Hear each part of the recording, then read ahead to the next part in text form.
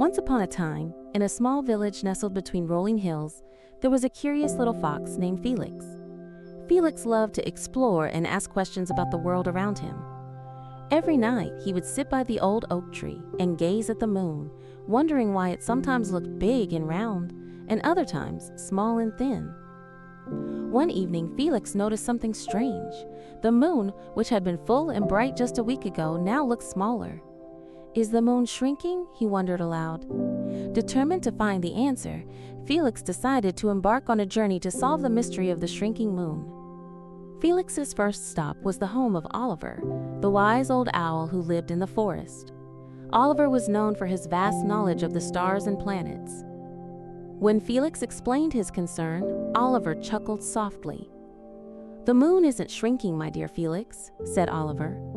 "It only appears to change shape because of something called phases.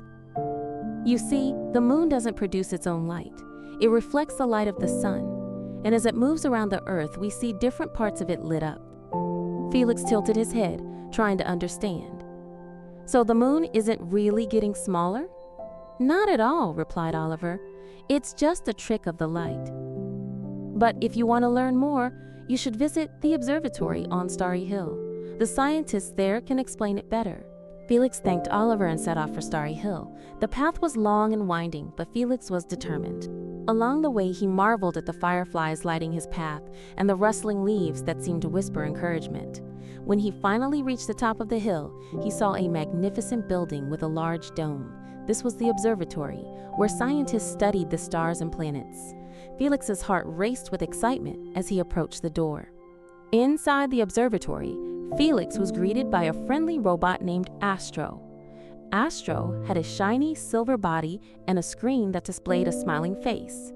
"Welcome, Felix. I hear you're curious about the moon," said Astro. "Yes, I want to know why it looks like it's shrinking," replied Felix. Astro led Felix to a large telescope. "Look through here," said Astro. Felix peered through the lens and gasped. He could see the moon up close, with its craters and mountains. "The moon doesn't shrink," explained Astro. "It goes through phases because it orbits the Earth. Let me show you." Astro activated a holographic model of the Earth, moon, and sun. As the moon moved around the Earth, different parts of it were lit by the sun, creating the phases Felix had observed. Felix watched in awe as the hologram demonstrated the moon's phases. "So when the moon is between the Earth and the sun, we see the dark side, and that's the new moon?" asked Felix. "Exactly," said Astro. "And when the Earth is between the moon and the sun, we see the full moon. The phases in between are the crescent, quarter, and gibbous moons." Felix's eyes sparkled with understanding. "It's like a cosmic dance." "Yes," said Astro, "and the moon always keeps the same side facing the Earth because it's tidally locked. That means it takes the same amount of time to rotate once as it does to orbit the Earth." Astro then explained how the moon's gravity affects the Earth. "The moon's gravity pulls on the Earth's oceans, creating tides," said Astro. "That's why the sea rises and falls every day." Felix's ears perked up. "So the moon is like a giant magnet for the ocean?" "In a way, yes," replied Astro. "It's one of the many ways the moon influences our planet." Astro showed Felix a video of the moon's history. "Billions of years ago, a giant object collided with the Earth, and the debris formed the moon," explained Astro. "That's why the moon has so many craters. It's been hit by asteroids and comets over time." Felix's eyes widened. "The moon has been through so much." "Yes," said Astro, "and it's still changing, just very slowly." Astro then told Felix about lunar eclipses. "Sometimes, the Earth comes between the sun and the moon, casting a shadow on the moon. That's called a lunar eclipse," said Astro. "Does the moon disappear?" asked Felix. "Not quite," replied Astro.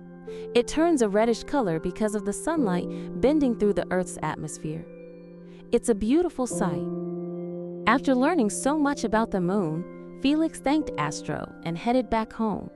As he sat under the oak tree that night, he looked at the moon with new eyes. He no longer saw it as shrinking, but as a fascinating world full of secrets. Felix decided to share his newfound knowledge with his friends. He set up a small telescope and explained the moons, phases, gravity, and history. Everyone was amazed, and Felix felt proud to have solved the mystery of the shrinking moon. As Felix lay under the stars that night, he wondered what other mysteries the universe held. Maybe one day he'll explore the stars themselves, he thought. And with that, Felix drifted off to sleep, dreaming of galaxies far, far away.